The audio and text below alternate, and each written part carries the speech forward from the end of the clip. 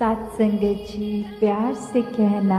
धन निरंकार जी। ये जो भाव है मन में हर किसी के, चाहे वो एक थोड़ा अहंकार रूप का भाव होगा तो भी वो बदला जा सकता है, और अहंकार से धीरे धीरे वो नम्रता की यात्रा की जा सकती है। तो बात वही कि भक्तों के संदेश में ये स्वयं को बदलने की जो बात होती है वो क्यों होती है, भक्तों का जीवन संसार के अन्य व्यक्तियों से अलग क्यों होता है, कैसे होता है। तो बात वही कि भक्तों के जीवन में भी वही है, दृष्टि के लिए आँख है, खाने के लिए हाथ हैं, एक सूंघने के लिए नाक है। एक दिन में उतार चढ़ाव उसी प्रकार आएंगे, और उसी तरह जो भक्त श्रेणी के नहीं हैं उनके भी जीवन में ये सब ही है। तो भक्तों ने जो एक बदलाव अपने अंदर लाया वो यही कि इस दुनिया में तो रहते हैं पर दुनिया से अलग होके रहते हैं। तो ये अलग अब कैसे रहना हुआ, ये ब्रह्म ज्ञान द्वारा जब इस परमात्मा को पा लिया, देख लिया, इसके प्यार में एक पूर्णता से खचित हो गए, तो कैसे एक अपने आप को हर पल इस परमात्मा के एहसास में रहने वाला वो भाव भक्तों के जीवन में आ गया। और जैसे एक दुनिया के तो तरह तरह के रंग हैं, भक्तों के जीवन में सिर्फ वो प्यार का रंग चढ़ता है जो इस परमात्मा से हो जाता है इसको देखने के बाद। तो ऐसे भाव से युक्त भक्त अपने जीवन के जब हर पल को जीते हैं तो वो भाव ही बदल जाते हैं, एक नज़रिया बदल जाता है। एक वो बात कि अगर हम कुछ भी उदाहरण लें कि कोई भी स्थिति में एक जो रुख करा जा सकता है वो एक अच्छी तरफ भी और बुरी तरफ भी, एक परिस्थिति से हम क्या निकालते हैं वो भी एक अच्छाई निकाली जा सकती है, एक बुराई निकाली जा सकती है। तो भक्तों ने हमेशा वो अच्छाई की ओर ही रुख करना सिखाया है कि परिस्थिति अगर इस परमात्मा ने दी है तो अच्छी ही होगी। एक अगर उस परिस्थिति को अच्छा नहीं समझ रहे हम तो वो हमारी कमी है, इस परमात्मा ने तो पूर्ण किया है इस परिस्थिति को भी। जब इस परमात्मा ने हमको जो कुछ दिया वो परमात्मा का जो दान है, तो ये परमात्मा जहाँ पूरा है तो परमात्मा की दी हुई हर परिस्थिति भी पूर्ण है। फर्क सिर्फ हमारे नज़रिए का होता है कि उसको हम किस तरह देख रहे हैं, उस परिस्थिति में से हम निचोड़ क्या निकाल रहे हैं, उससे सिखलाई क्या निकाल रहे हैं। क्या हम सिर्फ हमारे अनुसार कुछ नहीं हुआ तो उसके वजह से इस परमात्मा को ही कोस रहे हैं, या ये भी मान रहे हैं कि ये ही हमारे लिए बेस्ट है और कैसे इसमें वरदान छुपा हुआ है। तो एक ये नज़रिया भक्तों ने हमेशा से जो जिया कि आध्यात्मिक पहलू अपना हर किसी ने जहाँ एक बहुत ही उस नज़रिए का बनाना है कि जीवन में ये शरीर मिला है, ये मटीरियलिस्टिक वस्तुएं मिली हैं, घर बार रिश्तेदारी बहुत कुछ मिला है, तो क्या इसी में पूरा समय रहकर इस परमात्मा के लिए समय नहीं निकालना, या फिर एक चुनाव अपना है कि इस परमात्मा के प्यार के रंग में ऐसे रंगे जाएं कि कोई दुनियावी रंग फिर छू नहीं सकता। ये पक्के का रंग, ये एक हर समय रहने वाला रंग, और इस रंग को जिसने भी अपने ऊपर लगाया वो हमेशा के लिए आनंदित हो गए। एक जीवन हर समय के लिए झूम झूम के जिया गया। और वो फिर बात कि भक्तों के जीवन में भी विपरीत परिस्थितियां आईं तो भी उन्होंने कभी इस परमात्मा से विश्वास नहीं तोड़ा। तो बात वही कि परमात्मा के प्यार में जो रंग जाते हैं वो खुद ब खुद बदल जाते हैं। एक सामाजिक रूप से चाहे रहन सहन वैसा ही रहेगा जैसे ये परमात्मा के प्यार से पहले का था, वो एक शक्ल आकार सब सेम रहेगा। सिर्फ और सिर्फ जो बदला जाएगा वो मन के भाव बदलते हैं। तो ऐसा ही बदलाव हर किसी के जीवन में मुबारक बदलाव होता है कि ये एक संसार में जितने भी अलग अलग प्रकार के चाहे इंसानों के साथ मुलाकात होनी और वो एक अलग अलग कल्चर बैकग्राउंड, दिखने में अलग, खान पान अलग, सब तरह से वो एक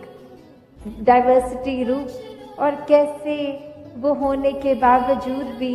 सब परमात्मा के साथ जो एकत्व के बंधन में हैं, तो हर एक को एक दूसरे में परमात्मा ही नज़र आता है। और कैसे फिर एक ये एकत्व ही दिल पे हर समय का, और उससे फिर कोई किसी में फ़र्क नहीं दिखता,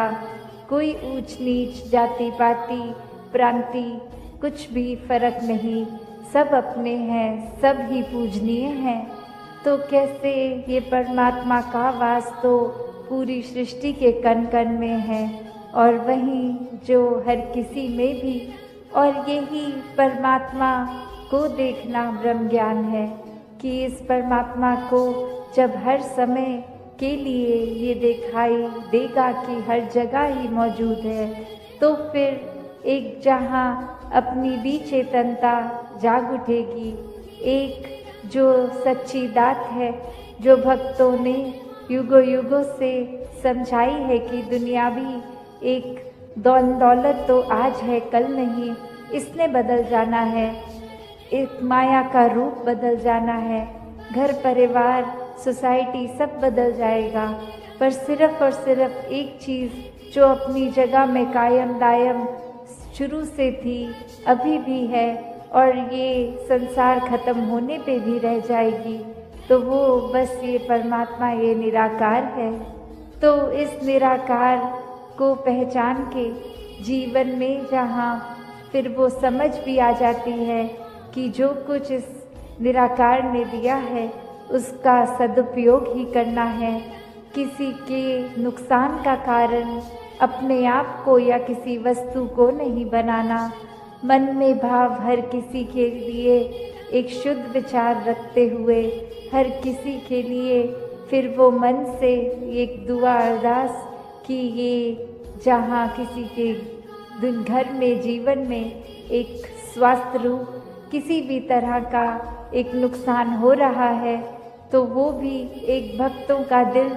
तो इस तरह पिघलता है, किसी को देखकर ठीक नहीं है तो उनसे ज़्यादा उनका दर्द भक्त समझते हैं। तो कैसे ऐसे वाले जीवन को मुबारकबाद जीवन कहा जाता है। ये एक परोपकारी जीवन होता है, अपने लिए सेल्फ सेंटर्ड होके, सेल्फिश होके, ये अपने ऊपर केंद्रित नहीं, पूरे संसार की भलाई के लिए भक्त अपना जीवन लगा देते हैं, पूरी ह्यूमैनिटी, पूरी मानवता के लिए ये संसार में आकर। तो कैसे जहाँ एक मन में भी भाव होते हैं कि ये एक समान अगर नहीं भी कोई दिख रहा पर सब ही एक है, तो भाव वही कि भक्त का बदलाव अगर नहीं है तो फिर ये ज्ञान भी मन में नहीं टिकता, और मन से जुड़ी हुई जो पहली चीज़ आती है वो अहंकार तजना, वो एक समर्पित भाव, मन को एक अपने होने के इस एहसास से हटना होगा और इस परमात्मा के लिए हमेशा अर्पित रहना है, एक सेवा में अर्पित रहना है। तो ये सुकून यहाँ समर्पित होने के बाद जो मिलता है, तो कैसे समर्पण के साथ सुकून, तो अपने जीवन में जहाँ हम समर्पण की बात करते हैं, तो ये समर्पण कैसा समर्पण है? एक समर्पण सिर्फ ये तो नहीं कि कभी अक्सर जीवन में हम देख लेते हैं, हम कह देते हैं कि हमसे कोई सीनियर है, वो कुछ ऑर्डर्स दे रहे हैं और हम करते चले जा रहे हैं। अक्सर किसी ना किसी प्रोफेशन में देखा है, ऑफिसेज में या किसी भी सर्विस में, तो एक सीनियर का ऑर्डर मान लेना या फिर कोई अथॉरिटेटिव पर्सन, कोई टीचर, कोई और इस तरह से जो हम पे कोई बात करते हैं और वो मान लेना, वो अक्सर ये रूप उसका समर्पण का नहीं बन पाता, क्योंकि ये रूप तो वो डर से है कि वो जो कह रहे हैं वो करना ही होगा, वरना नौकरी से निकाल दिए जाएंगे, वरना फिर कोई और इस बात की रेपकशन हो सकती है। तो एक वो बात मानना वो हर प्रोफेशन में हो जाता है, पर मन वहाँ समर्पित नहीं होता। वो किसी भय के कारण या किसी और अन्य कारण से समर्पण होता है। तो यहाँ समर्पण होना मतलब एक दिल में प्रेम को रखते हुए प्रेम से समर्पित होना, ये प्यार से अपने आप को खोकर सिर्फ इस परमात्मा का होकर, ये समर्पित भाव मन का अगर इस तरह का समर्पण है तो वो मुबारक समर्पण है। तो कैसे एक अक्सर बात ये होती है कि हमने समर्पण अगर कर दिया तो ये जो इतने सालों में अक्सर अगर हम सोच के भी देखें कि छोटी उम्र से ही पढ़ते लिखते एक डिग्रियां मिल गई, एक हमें कोई और उपाधि मिल गई, तो ये कमाने के लिए चाहे कितने वर्ष लग गए, पर जब समर्पण की बात आती है, अहंकार को तजने की, अहंकार गंवाने की, तो उसमें उतने ही साल नहीं लगते। ये तो एक पल में ही समर्पण हो जाता है। जैसे ही ये मन समझ लेता है कि ये शरीर में नहीं हूँ, ये आत्मा का असली रूप परमात्मा है और शरीर ने तो अपनी यात्रा कुछ सालों में करके इसका एक विनाश हो जाना है, तो कैसे ये समर्पित जीवन जिया जाए जब तक जीवन है। तो बात वही एक कहानी के साथ तास अपनी रखना चाहेगी कि एक बार एक गुरु के पास शिष्य आता है जो काफ़ी सालों के बाद, और आते ही अपने गुरु के आगे 1000 सोने की गिनियाँ दे देता है और ये कहता है कि इतने वर्ष मैंने काम काज किया और बात मन में यही आती रही कि आपके सामने आशीर्वाद लेंगे जब 1000 गिनियाँ पूरी हो जाएंगी, और आज ये बोरी भर के आपके पास ये समर्पित करने के लिए आए हैं और आप इसको कबूल कीजिए। वही वो गुरु वो लेकर सामान अपने शिष्य से कहता है कि ठीक है, तुमने ये दी, मैंने स्वीकार करी, और अब ये जो सामने नदी बह रही है, सारी की सारी ये गिनियाँ उस पानी में बहा दो। और अब वो शिष्य के मन में सवाल कि क्या ये एक क्या ही बात हुई, इतनी मेहनत जो करी कि गुरु को देंगे और अब वो दे भी दिया, तो उसके बाद वो इसको अपने पास नहीं रख रहे हैं, वो इसको नदी में बहाने को कह रहे हैं। तो वही वो सवाल कि क्या फिर वो समर्पण था कि अगर एक क्या होगा अब उस वस्तु का, जिस तरह हम देना चाह रहे थे वो उस तरह अपनाई नहीं गई, उसको साथ तो कुछ और ही करने को कह दिया। तो वही ये ख्याल जहाँ उस शिष्य को आया और फिर वो अपने मन पे किसी तरह काबू करके क्योंकि अब गुरु ने कहा था तो वो फॉलो करने के लिए किसी भी सोच विचार के साथ चला तो गया नदी किनारे कि ठीक है अब कहा है तो ऐसा ही करना होगा। और वहीं काफ़ी देर हो गई और अब गुरु भी इंतज़ार कर रहा है कि ये इतनी देर से लौट के नहीं आया, इतनी देर क्यों लग रही है वो उसको वो सिक्के नदी में बहाने के लिए। तो फिर वो गुरु ही खुद उस नदी किनारे जाते हैं और क्या देखते हैं कि वो शिष्य एक एक करके सिक्के को फेंक रहा है, जिसकी वजह से वो बहुत ही देर लग रही है। वो एक बात फिर गुरु समझाते हैं कि ये समर्पण करना है तो इतनी देर क्यों लग रही है। समर्पण तो एक साथ ही किया जा सकता है, पूरी की बोरी को एक साथ ही नदी में बहाया जा सकता था, तो एक एक करके क्यों, इतनी देर लगा के क्यों। तो ये कहानी में तो ये मन की अवस्था ही है कि हम किस तरह एक अपने मन को इस तरह मान लेते हैं कि कोई अटैचमेंट हो गई, कोई और कारण से अगर ये लगा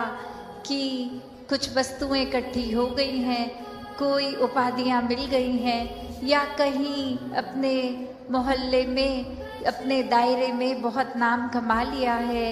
एक हमारा कुछ औहदा, कुछ रिस्पेक्ट बन गई है, एक तरह के हम सेलिब्रिटी बन गए हैं, कुछ 2-4 लोग हमें जान गए हैं, तो ये एक इम्पॉर्टेंट होने का अहंकार या कोई और तरह का अहंकार ये मन में घर कर लेता है। तो ये सारी चीज़ें सिर्फ इस्तेमाल के लिए और सदुपयोग के ही काम आए। दातार हर एक पे कृपा करे कि सुकून जीवन में सबके भरा रहे। ही भाग लेता था कि किस तरह एक आवाज़ जब हम सत्संग में भी सुनते हैं, कुछ भी संदेश जहाँ जो इतने अनमोल जीवन को परिवर्तित करने के हैं, वो क्या हम संदेश सिर्फ अपने कान तक ही रख रहे हैं या जीवन में उतार के औरों के कानों तक भी वो संदेश पहुंचा रहे हैं, अपने कर्मों द्वारा दूसरों तक भी क्या वो संदेश जा रहा है। और चौथी फिर वो अवस्था जिस घोड़े को फिर चाबुक ना मारने की ज़रूरत है, ना वो चाबुक की आवाज़ सुनने की, सिर्फ वो दिखाना कि ये परमात्मा इस निराकार से इस कदर जुड़े हुए कि कहीं पे भी हो, बस एक इशारा ये जब याद आ जाता है, ये परमात्मा, ये निराकार याद आ जाता है, तो ही हर समय इसी के लिए लगन में लगे रहते हैं। कभी ये परमात्मा भूलता भी है तो कैसे फिर उसी इशारे से खुद को जोड़कर इस निराकार के साथ अपने दिल की तार मिला के इसके रंग में रंग कर अपनी भक्ति को पूरा पूरा दिन इस रूप में कर सकते हैं। क्योंकि भक्ति तो कुछ घंटों की एक नहीं होती, एक भक्त तो पूरे दिन का भक्त है, पूरे जिंदगी का भक्त है। जिस प्रकार कोई स्टूडेंट होता है तो सिर्फ पहली कक्षा से 12वीं कक्षा तक, चाहे वो स्कूल का दिन हो या संडे की छुट्टी, कहलाता तो वो स्टूडेंट ही है। तो वो इसलिए नहीं कि सिर्फ स्कूल की बिल्डिंग के अंदर है तो स्टूडेंट है, नहीं, जब वो अपने घर में भी खेल कूद कर रहा है तो भी स्टूडेंट है। तो हम किस श्रेणी के भक्त हैं? अक्सर हम कृष्ण जी की भाषा में भी ये हमने सुना है,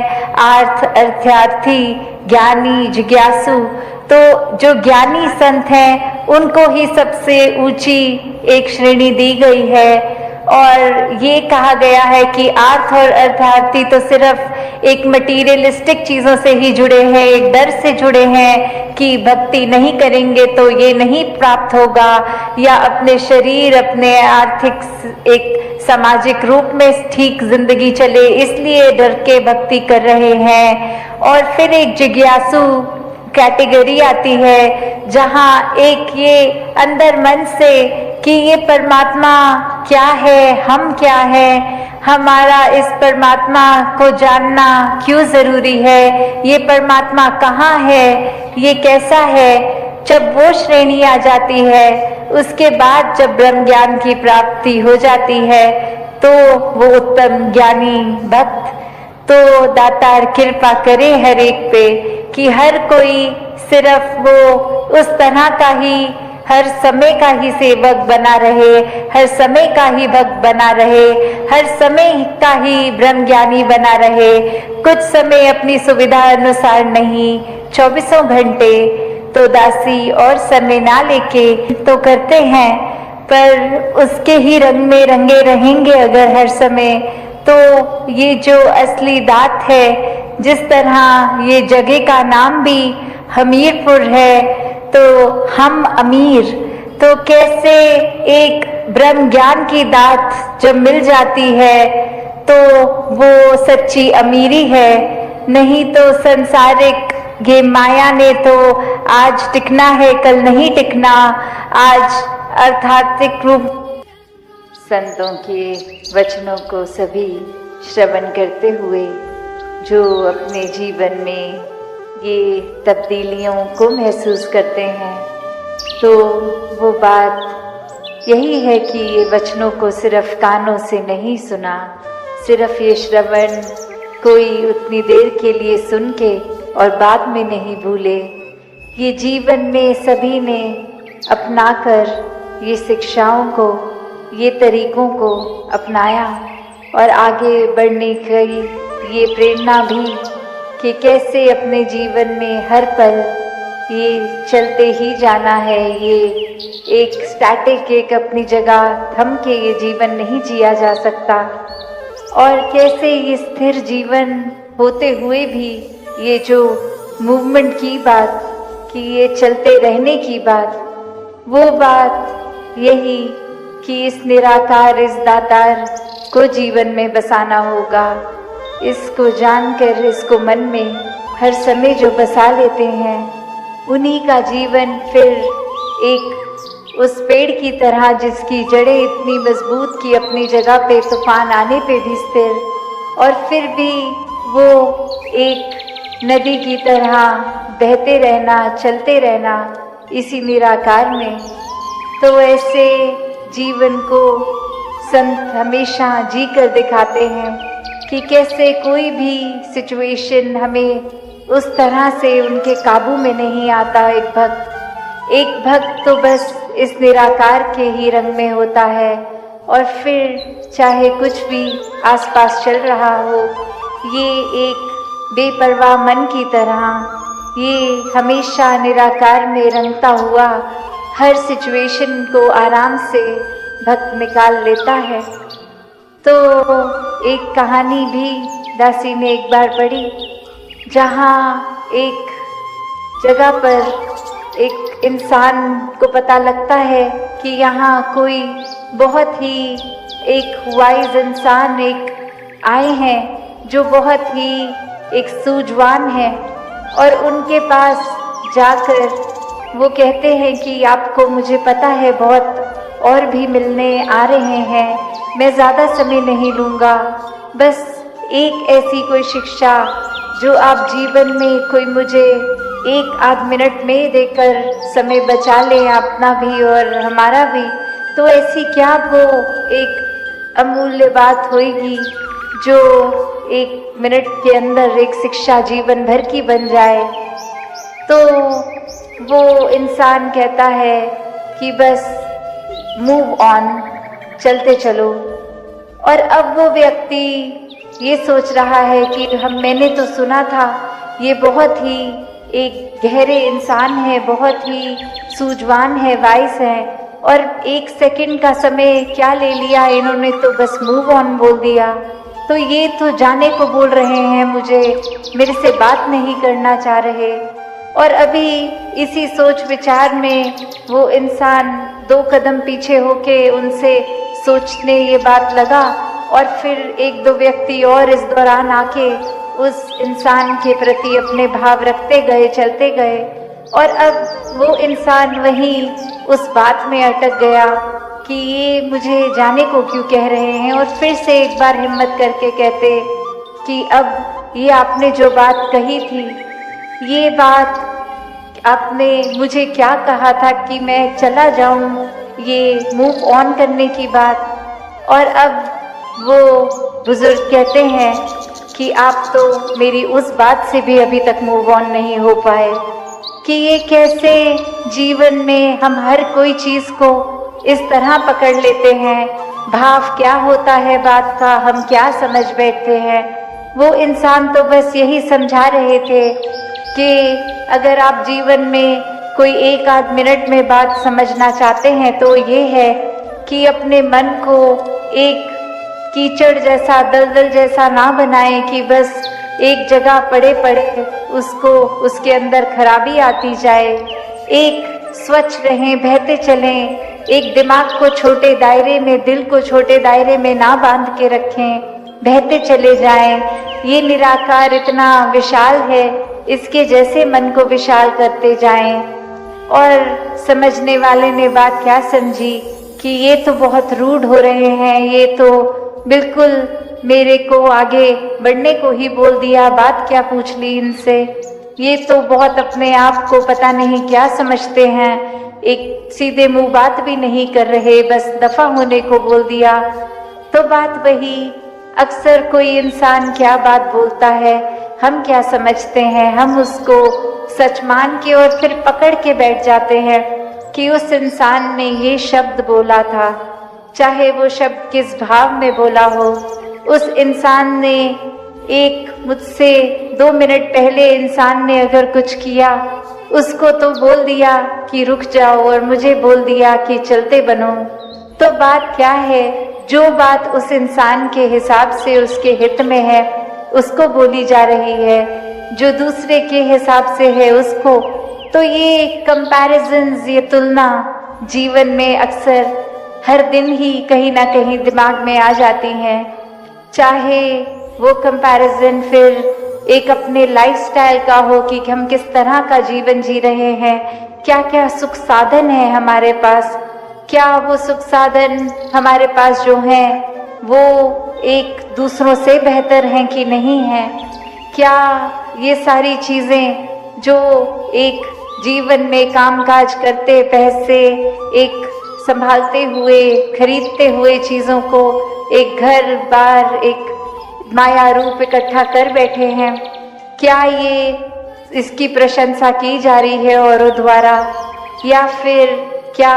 कोई एक चीज़ दूसरे से बेहतर है, तब तक तो ये सुखदाई महसूस हो रहा है मन को। और जिस पल ये एहसास नहीं कि नहीं ये मैंने इतनी महंगी वस्तु ली भी और किसी ने प्रशंसा तक नहीं करी, तो वही चीज़ एक क्योंकि दिखावा के भाव से खरीदी गई वो सुख का कारण भी नहीं बनेगी, वो बेचैनी बनती जाएगी। तो एक कहानी दासी और रखेगी कि ऐसे ही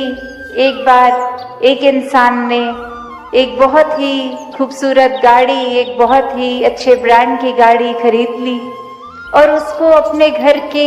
एंट्री गेट पे ही वो रखता हर समय कि या तो उसको ड्राइव कर रहा होता, वरना एकदम साफ सुथरी रखे कि घर में अगर कोई मेहमान तक आएगा या दोस्त आएंगे तो घर के अंदर जाने से पहले वो गाड़ी पे नज़र ज़रूर डलती थी। और अक्सर वही गाड़ी फिर वो चर्चा का विषय बनता था पूरे वो समय में जितने देर के लिए मेहमान आए हैं कि गाड़ी आपकी बहुत अच्छी है, आप बहुत अच्छी देखभाल कर रहे हैं, बहुत साफ रखा है गाड़ी को। और अक्सर यही बातों से उस इंसान को बहुत खुशी मिलती थी कि ये देखो मेरी महंगी गाड़ी, और सभी इसको नोटिस कर रहे हैं, सभी मेरे प्रति अब और अच्छे भाव रख रहे हैं, मुझे अच्छा समझ रहे हैं। और इसी से एक छोटी छोटी बातों में एक अहंकारी मन बनता जा रहा है उस इंसान का। और फिर एक दिन अपने दोस्त को इसी तरह घर पे चाय के लिए बुलाते हुए जब वो दोस्त आता है तो देखता है कि उसकी गाड़ी अब वहाँ खड़ी नहीं हुई और अंदर जाते ही उससे पूछता है कि क्या कहीं रिपेयर पे दी है, क्या गाड़ी खराब हो गई है, ये बाहर खड़ी नहीं अब गाड़ी। और अब वो गाड़ी का मालिक 1 मिनट में उसको कहता है कि उस गाड़ी की अब तुम बात मत करो, मैंने तो उसको गैराज में डाल दिया है, बंद कर दिया है, अब बाकी का समय जितनी देर भी घर पे हो ये गाड़ी का जिक्र मत करो, मन बहुत उदास हो रहा है। और अब वो दोस्त सोच रहा है कि जो ये गाड़ी सबसे प्यारी एक समय में इसको, और अब ऐसा क्या ही हो गया कि गाड़ी का जिक्र तक करने से मना कर रहे हैं। और फिर भी हिम्मत करके जब वो पूछते हैं कि क्या हो गया ऐसा, और वो अब कुछ ना कहते हुए सिर्फ घर के बाहर टहलते हुए पड़ोसी के घर पे दिखाते हैं कि उससे ज़्यादा अच्छे ब्रांड की, उससे ज़्यादा महंगी गाड़ी अब उस पड़ोसी के घर खड़ी है। तो हुआ क्या, जीवन में क्या चेंज आया। वो गाड़ी पहले जब तक थी इतनी खुशी, आज भी वो गाड़ी है, पर अब खुशी नहीं। क्यों? क्योंकि मन में भाव आ गया है, दूसरे को कुछ बेहतर मिल गया है, मुझे एक इतना अच्छा नहीं मिला जितने दूसरे को। तो मन अक्सर तुलना करता है, कंपैरिजन करता है, और इस कंपैरिजन में कभी कभी कोई चीज़ सच नहीं भी होती, उसको कल्पना भी कर लेता है कि ये ऐसा है, ये मेरे लिए मैंने हकीकत बना ली तो यही है, चाहे हकीकत वाकई में कुछ और ही है। जिस तरह अक्सर हम घरों में भी उदाहरण देते हैं कि एक पेरेंट्स की बात होती है और बच्चों की, तो प्यार भले एक बराबर वो बच्चों में, पर फिर भी एक बच्चे के मन में आता है कि दूसरे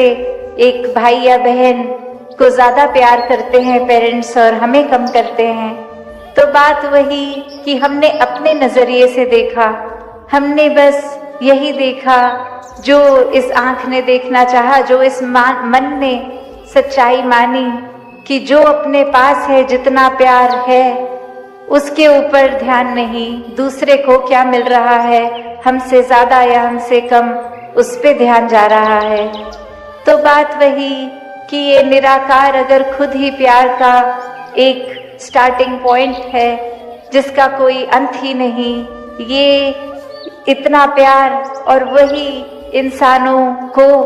ये प्यार अपनाने की बात ही नहीं, प्यार बनने की बात, जितना भी ये God is love and love is God वाली बात, ऐसा ही प्यार जब मन में बसा लें तो फिर तो बिल्कुल भी एक अलग अलग करके किसी को देखा ही नहीं जा सकता। ये बराबर का प्यार, एक प्यार फिर वो बहती नदी की तरह जो हमेशा एक अपनी पूरी, एक अपने आप को समर्पित रूप में देकर बहती जाती है। तो उसमें ये समझ लेना कि कितना प्यार हमारे हिस्से है और उस प्यार का हम क्या कर रहे हैं। क्या वो प्यार को फिर हम एक नफरत का कारण, जेलसी का कारण, या फिर एक अपने छोटे होने का कारण मान रहे हैं कि दूसरे को ज़्यादा मिला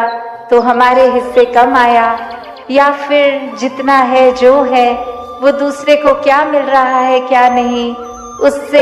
एक बेपरवाह होके जितना हमारे हिस्से प्यार है उसको पूरी तरह जिएं, उसको खुद भी महसूस करें और आगे भी बांटते जाएं। तो हमेशा प्यार तो एक इंसान को बेहतर ही बनाता है, और ये कोई मुश्किल कार्य नहीं है। बस निराकार को मन में बसाकर एक जब रहते हैं तो हर रिश्ते में भी प्यार आता है। एक हर तरफ जहाँ नजर जाती है वो एक प्यार का भाव ही आता है, किसी को चोट पहुँचाने का भाव नहीं। फिर वही बात कि अगर हम ये कहें कि हम एक बगीचे में खड़े हैं तो किसी एक तरह के ही फूल को जाकर प्यार नहीं करेंगे। हर एक के अलग स्वभाव, अपने कैरेक्टरिस्टिक्स, अलग खुशबू, प्यार सभी के लिए है। तो वही बात, ये सारे ही फूल फिर सुंदर हैं। ये संसार में कहीं से भी हम आए हैं, खाना पीना,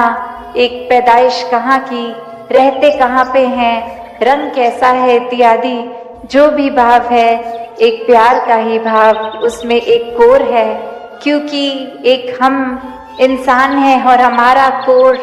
ये प्यार है, तो फिर हर जगह ही प्यार है। तो जीवन को जब अक्सर हम ये प्यार का आनंद कम लेते हैं जब, तो उसका कारण ही ये कंपैरिजन्स बन जाता है, ये तुलना बन जाती है कि इस इंसान ने मुझे ये पिछले जन्मदिन पे तो ये तोहफा दिया था, इस जन्मदिन पे छोटा तोहफा दे दिया है, तो अब क्या प्यार कम हो गया है। या फिर कोई और ऐसी बात मन में आ जाती है कि सिर्फ उसी इंसान को भी लेकर ये तुलना कि ये इस समय ऐसा है, पिछले समय कैसा, अगले समय कैसा। तो बात वही कि जितना हम अपना मन छोटा करते जाएंगे उतना ही कम प्यार हमें महसूस होगा। और यहाँ तो हमें खुद प्यार बनना है, इस बात की फिक्र ही नहीं करनी कितना मिल रहा है, बस प्यार देते जाना है भरपूर। हमारे अंदर इस निरंकार का वास है तो प्यार भी भरपूर है, ये कभी खत्म नहीं होता। और अक्सर जैसे सदगुरु बाबा हरदेव सिंह जी महाराज की भी बात हम वो सुनते थे कि ये ही बात दोहराते थे विचारों में भी कि सिर्फ प्यार एक ऐसी चीज़ है जिसकी कभी एक एक्सट्रीम नहीं होता, उसकी कोई लिमिट नहीं होती। जैसे हम अगर कोई बात करते हैं कि हर कोई चीज़ की अति हो जाती है तो नुकसान देती है, पर सिर्फ प्यार एक ऐसी चीज़ है, कितनी भी अति उसकी आप लिमिट पे पहुंचते जाओ वो अपना दायरा और बड़ा हो जाता है, उसकी कभी कोई एक सीमा नहीं है। और जहां लग रहा है कि किसी को हम इतना प्यार दे रहे हैं फिर भी उनका स्वभाव हमारे प्रति ठीक नहीं हो रहा, वो एक किसी ना किसी रूप में एक दर्द, एक हर्ट बन रहा है, तो उस समय भी ये प्यार को नहीं छोड़ना। और यही बाबा जी समझाते थे कि फिर उस समय तो ये प्यार की डोज को, ये प्यार रूपी दवाई की डोज, इसको और बढ़ाना है, इसको डबल द डोज करना है। तो कभी इस चीज़ से अपने मन को पीछे नहीं करना, अपने कर्मों को, अपने भावों को, कि दूसरा इंसान अगर प्यार रिसीव नहीं कर पा रहा उस तरह तो भी हमारा क्या काम है, हमने तो प्यार देना है। और अगर उस इंसान को किसी एक तरह से वो रिसीव नहीं हो रहा तो भले तरीका बदल लें, पर प्यार का भाव, ये मूल गुण, ये ना बदला जाए। ये प्यार तो हर एक को, हर एक के लिए, ये जो अक्सर इतनी बार जिक्र हो चुका है, ये प्यार के पुल बनाने वाली बात, दिल से दिल जोड़ने वाली बात, कि अक्सर वो इतना सुनने के बाद इम्पोर्टेंट नहीं लगती, पर ये भाव जब देखे जाएं कि प्यार का मूल गुण ही प्यार है। और ये अक्सर तभी किसी को भी बोलो कि प्यार को डिफाइन करें तो हर एक की परिभाषा अलग होगी, पर भाव हर एक का वही होगा, ये समर्पित रूप, मनों से मनों को जोड़ना, एक प्यार हर तरफ बांटना। तो ऐसा ही जीवन प्यार वाला हर एक के जीवन में आए और इस प्यार के भाव को इस तरह एक प्योर, एक शुद्ध रखा जाए कि उसमें फिर कोई एक पोल्यूशन की बात ना हो, ये कोई कैलकुलेटिव ना बन जाए कि इसको दायरे में बांटा जाए। तो बात वही कि ये असीमित प्यार, ये अनकंडीशनल लव, जिस तरह ये निराकार हमारे साथ करता है वैसा ही हमें अपने साथ भी और हर एक के साथ ऐसा ही व्यवहार रखना है। ये विनम्रता, ये सॉफ्टनेस, ये कोमलता, ये सारे ही मानवीय गुण खुद ब खुद फिर साथ बहेंगे। फिर ये कैसे गो विद द फ्लो, ये मूव ऑन वाली बात भी कि फिर ये बहता ही रहेगा, ये कहीं एक जगह अटक के नहीं, एक दिमाग भी, दिल भी रहेगा। कोई बात होगी उसको हम अक्सर एक यही देखेंगे कि इसमें कितना अच्छा हमें मिला है, इस दातार ने कितना दिया है, उस भाव को पकड़ा जाएगा, उस तरफ नजर भी नहीं जाएगी कि क्या हमारे हिस्से नहीं आया या क्या किसी और के हिस्से आ गया है। तो खुद पे केंद्रित होके एक, जहाँ ये तन भी हमारा इस निराकार ने देना है और दिया है, और पहले प्रण में भी हमने तन मन धन जब इस निरंकार को समर्पित किया कि तुम्हारी ही दाता है निराकार, हम सिर्फ कस्टोडियंस बन के इसका ध्यान रखेंगे, तो फिर ये ध्यान भी रखना है, ये तन को भी स्वस्थ रखने का पूरा प्रयास और मन को भी फिर एक भुजने नहीं देना, एक मन को भी निंदा नफरत की ओर नहीं लेके जाना। इस मन को हर समय फिर ये नहीं दिमाग में डाल देना कि ये मन के भाव इस तरह हो जाएं कि अब जीवन में खुशी की कहीं पे भी वो दृष्टि नहीं पड़ रही, खुशी एहसास की तरह नहीं आ रही। तो वो बात वही कि जो एक रिस्पॉन्सिबिलिटी इस निरंकार में जीवन में, जहाँ एक स्पिरिचुअलिटी की तरफ एक अपनी रूह की असली पहचान, ये आत्मा परमात्मा का मेल, ये ब्रह्म ज्ञान तो दिया है, वही निराकार ने ये तन मन और ये धन रूप जो भी माया, ये सब भी हमने इसका बहुत ध्यान रखना है, हर एक का सदुपयोग ही हो। ये रूप चाहे अगर हम ये बात बोल रहे हैं मंगलाचरण में ध्वनि में कि ये तेरा रूप है संसार, तो ये रूप तो माया में भी है, माया में भी फिर निराकार है। तो कैसे इस माया में से निराकार भी छांटा जा सकता है? और जो हर समय के नजरिया दृष्टिकोण जिनका इस निराकार में होगा, वो तो कण कण से शिक्षा लेंगे ही, कण कण में इस निराकार को तो देखेंगे ही, और ऐसे ही अपने जीवन को संवारते जाएंगे। तो भक्ति भरा जीवन भी इसी तरह का जीवन है, जो हमेशा बिना बोझ के